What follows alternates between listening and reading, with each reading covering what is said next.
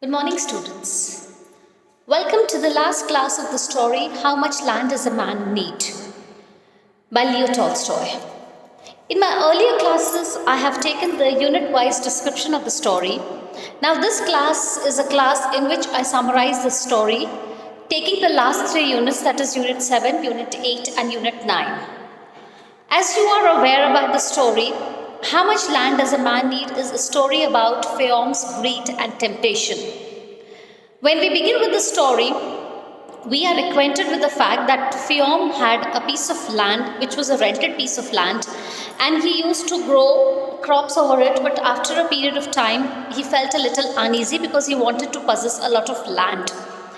So this desire to have more land, this desire for more and more things leads to one thing and the other. And as the story progresses, we are acquainted with the fact that from rented land to having a land of his own, Pheom becomes the possessor of a few acres of land, moving from a few acres to many acres of land. And finally, when we reach to the end of the story, we reach to a part where Pheom has come to know about the land which is owned by Bashkirs, and as told to him, Bashkirs have a lot of land, and their land is pretty cheap, that is, it is 1,000 rubles a day. And when Pheom reaches to the place and he inquires about with the chief of the Bashkirs, he comes to know that the land that they give is given as 1,000 rubles a day.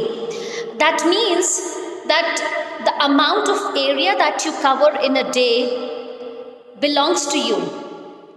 So when one listens to this proposition, when one listens to this deal, it sounds pretty easy that, oh, it's fine. I can cover as much area of land I can and it will completely belong to me. And if it is coming with only for 1,000 rubles, it is pretty cheap. So with this background in his mind, with this thought in his mind, Pheom decides to begin the bargain tomorrow, and then he retires for the bed. The next day when he wakes up, he's not completely awake, but when he wakes up, he thinks as if he's outside the tent, and he sees the chief of the Bashkir sitting. And when he, moves inches closer, he sees that it is not the chief of the Bashkirs, but it is the trader from the Volga. And then he realizes it is not the trader from the Volga, it is not the peasant, it is basically the devil with the hoofs and horns. And before the devil lies a man who's barefoot, prostrate on the ground, with only trousers and a shirt on.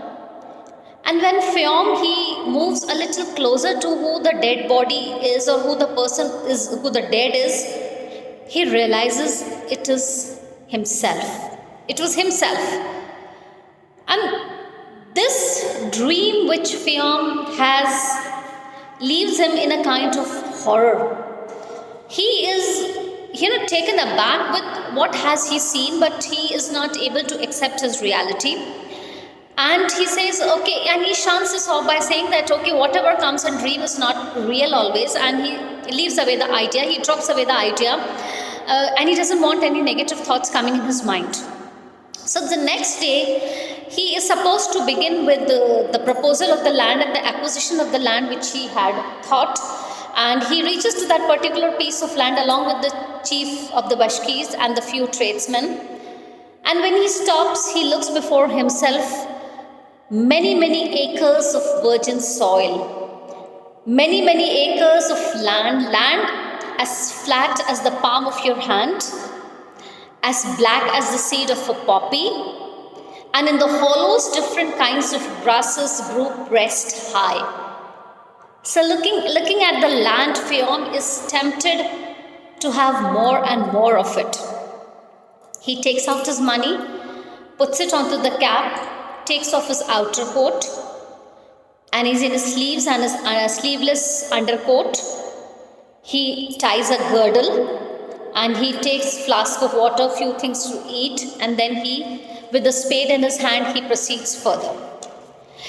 Now he keeps on moving, And during this time, to mark his destination, to mark his way, he keeps on digging holes, he keeps on putting the things, he keeps on heaping the mud so that when he's returning back, he knows which way did he go. And then during the process, the sun gets more hot. Fionn gets a little tired, and slowly, he starts removing the few extra clothes that he was wearing. He exhausts the water that he has, all the eatables that he had brought with himself. And he gets a little tired, and when he looks at the sun, he thinks that it is noon. And he decides that I must have rest. He takes some bread, he drinks some water, and then as far as his eyes can go, he sees a patch of land which according to him is very fertile. And he says that it would be a pity if I leave this patch of land, because this particular piece of land would be very good for the flax seeds to grow. And tempted by it, taken by the greed that he has, he proceeds towards that, and he takes it, and then he thinks, looking at the direction of the sun, he thinks of taking a turn and coming back to the position from where he started.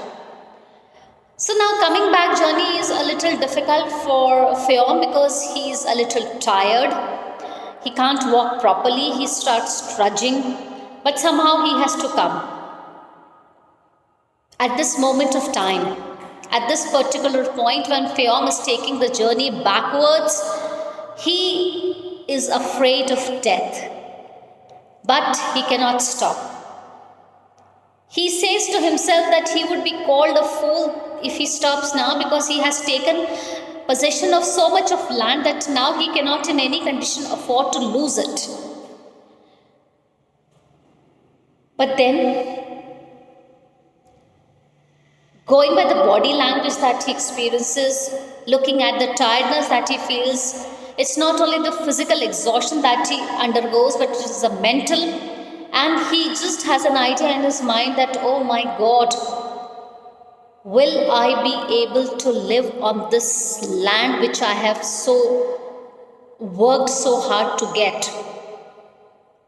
He looks at the sun, it is about to set. He starts moving backward, coming back to the position from where he started. And then at one point he looks at the sun and it seems as if it has set. He starts to cry, anticipating that he had lost everything.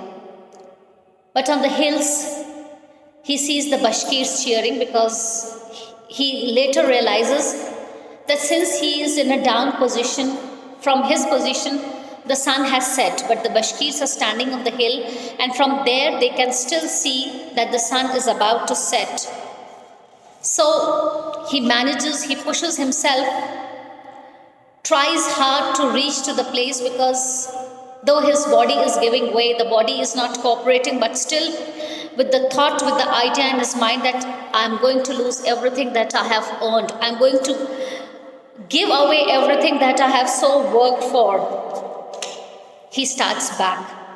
And then Fionn remembers his dream. The dream that he saw before he undertook this particular journey of taking too much of land. And he utters a cry, a loud cry. His legs, they gave beneath him. He fell forward and reached the cap with his hand. He had to come back to where the chief of the Bashkirs was standing. He had kept his cap there. He has kept the money over it, and he was supposed to come and touch. And all that land that he had covered in the entire day would belong to him, with this pretext, with this condition that he will do these things of touching the land where he started. And so, Fionn is successful in reaching back to the starting point. He is successful in touching the cap that he had placed there. And the chief of the Bashkirs, he says, oh my God, what a fine fellow. He has taken too much of land. But what destiny had planned for Fionn, the servant comes running to pick up his master. The master falls on the ground, puts his hand on the cap, and when the servant comes to the master to see him, the master has blood coming out of his mouth. The master, that is Phaon, was dead. There was nothing that could be done. The servant picks up the spade which he had used, dug a grave long enough for Phaon to lie in, and buried him in it. Tolstoy writes,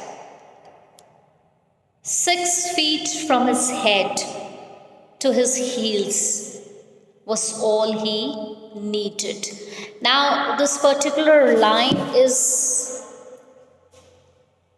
a line where Tolstoy gives the gist of the story. He gives what life is all about.